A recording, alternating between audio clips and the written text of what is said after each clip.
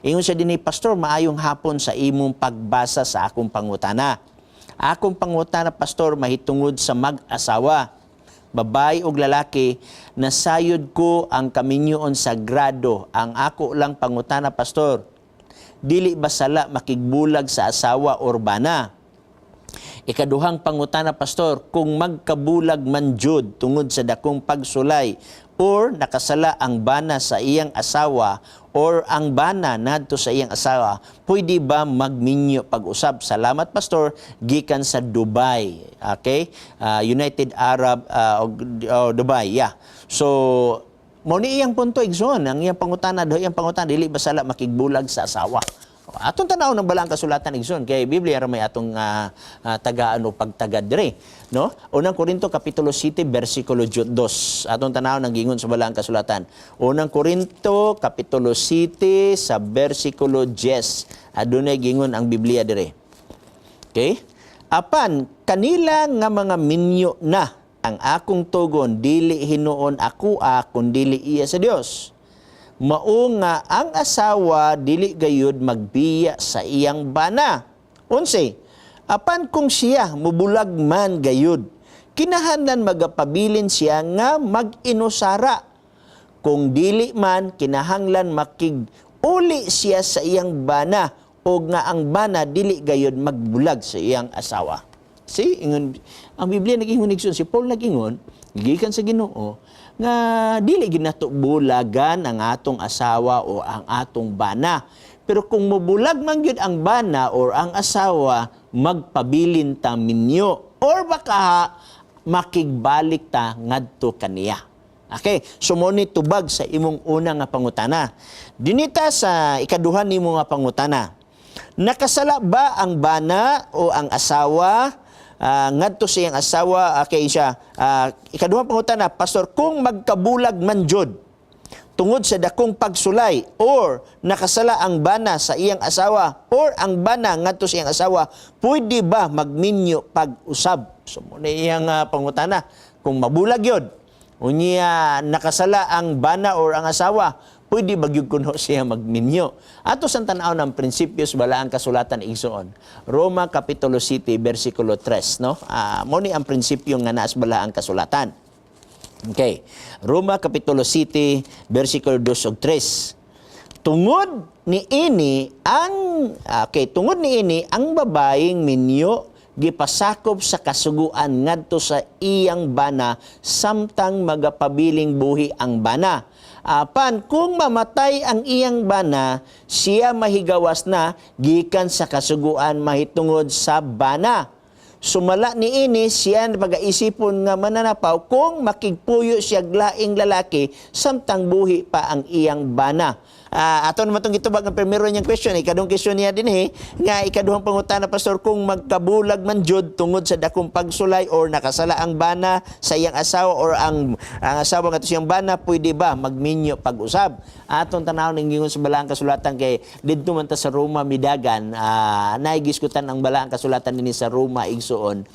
Roma kapitulo 7 bersikulo 2 ug 3. Adunay gingon sa balaang kasulatan dire, no? Akong basahon. Ingon siya dire. Sa verse 3 na ta, kay ganina verse 2 matatong ibasa.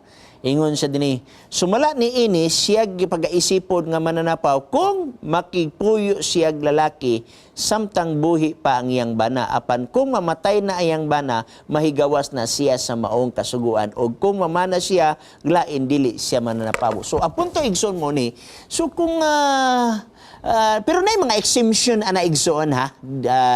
Atong isgut karon ang mga exemption nga nagyapon sa balaan kasulatan. Pero ang basic issue din ni igsoon, dili design sa Ginoo nga ang bana ug asawa magbulag. Ni resulta lang na igsoon tungod sa sala sa tao, ang Dios mitugot na lang og naatay mabasa sa balaang kasulatan. So ato ni sugdan kining sa Mateo kapitulo 19 igsoon. Okay? Pero ang ako igsoon mubo na ni akong explanation igsoon, na itaas nga explanation, ayaw ninyo isandig yud tanan nga mga pangutana niini nga mga punto. Nga ako naghatag lang ko og mga guidance og ang mga standard og mga prinsipyo dinhi. Pero kung naa may mga question ang ato nga kanamatay kamite igsoon kay dili man tanan anggulo nalantaw sa pangutana, Pastor. kay mubo ra man ni atong panahon. Pero ni ay naisulat dinis bala ang kasulatan igsuon, no? Kay kaniadto manggod ang mga panahon ni Moses. Doon na sila ay pagtulunan, say for example duha ka school of thought. Ang number one school of thought igsuon gitawag na to School of Hillel. Ang isa School of Shammai. Kining School of Hillel aduna ni siya pagka-liberal gamay. Ang School of Shammai na pagka-conservative gamay. Tagaan ta example, ang School of Hillel igsuon, kung pananglitan imong asawa makabuak ulag baso or makadili siya moangay, sa bisan unsa nga katarungan, pwede siya makigbulag. Muna School of Hillel, liberal. Ang School of Shammai igsuon, dili sila musugot ana.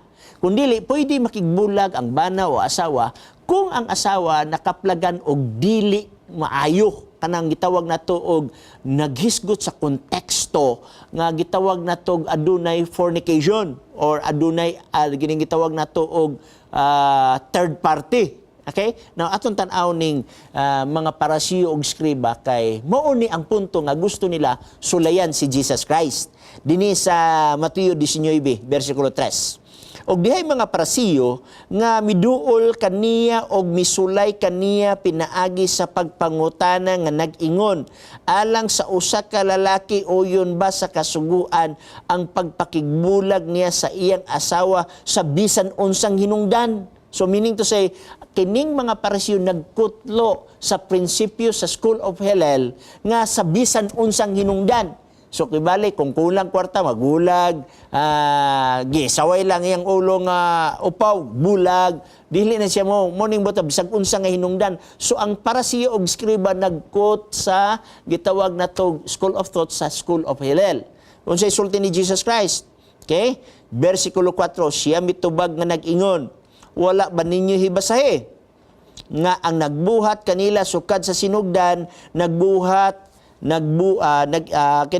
kanila nga lalaki og babae. 5, og nag-ingon tungod ni ining maong hinungdan kinahanglan pagabiyaan sa lalaki ang iyang amahan og ang iyang inahan og makig-ipon siya sa iyang asawa og silang duha mahimong usa.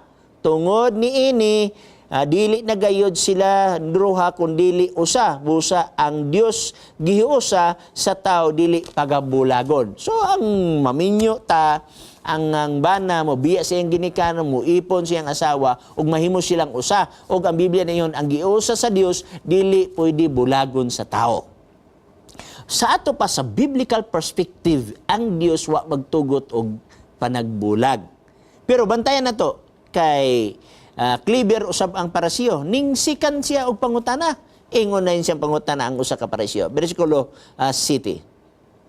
Sila miingon kaniya nganong nagsugo man lagi si Moses sa pagpaghatag og sulat pamatuod sa pakigbulag ug sa ingon ni ana ang lalaki makabulag na sa iyang asawa. So, i-cross-examine kay ang tubag ni Jesus Christ sa School of Hillel nga hunahuna nga makabulag ang bana sa bisag unsa nga katarungan, mitubag mas Jesus Christ mahitungod sa creation sa Genesis chapter 2, mahitungod sa pagminyo sa permirong kaminyoon sa Biblia. So, ingon ng mga Hudyo, ano man nga ni si Moses nagtugot man og sulat sa pakigbulag. Ang mga Hudyo igsud nagkutlo sa Deuteronomy chapter 24 nga kung makigbulag sa bana or asawa kinahanglang magpadala og sulat. So gusto nila ipiton si Jesus Christ. Unsay tubag ni Jesus Christ igsoon? Verse 8. Kanila mitubag siya nga nagingon, tungod sa kasugutsutan ninyo kasing-kasing, gitugutan na lang kamo ni Moses sa pagbulag sa inyong asawa, apan sukad sa sinugdan dili kini mao. Sa Daigson, gitugutan na lang ni Moses tungod sa kasugutsutan sa kasing-kasing sa tao. Pero sa sinugdan, dili kini mao. Sa ato pa sa Genesis 2. Pero bantayan nato kay na exemption. Sa verse 9. Okay, tayo na di no? Pero kanila lang basahon ang verse 9, aron dili mahang. Og magaingon ako kaninyo, bisan kinsa nga magabulag sa iyang asawa, gawas kong ang hinundan mao ang pakigilawas, og unya nang asawa siya glain, nakapanapaw siya, og mga asawa sa usa ka babaeng binulagan, makapanapaw. So meaning to say, na exemption. Kung pananglitan igsoon, adunay panagbulag na hitabo, unya ang babae is innocent party, ang lalaki is guilty party, ang babae pwede siya makaminyo. ang lalaki di siya ka pwede kaminyo kay guilty party man siya. Dito sa Amerika sayon na siya, pero ang problema sa Pilipinas kay wala ra batay divorce. Wala tay gitawag na tog absolute divorce. Natay divorce, relative divorce nga sa legal term kung sa liman nga pagaistorya legal separation. Mao na gitawag og relative divorce, legal separation. Pero kanang absolute divorce nga ang equivalent ana is parehas Amerika nga mabulag gid wala ta ni ana. Nay ato annulment pero lisod kayo pagkuha niya ng annulment mo gasto ka og 100,000 ngadto sa 300,000. Boyno nakabsan nam kita sa atong panahon igsoon napatay taas unta nga explanation ni ana. Ako na lang gipasalamatan ang tanan nato mga televiewers no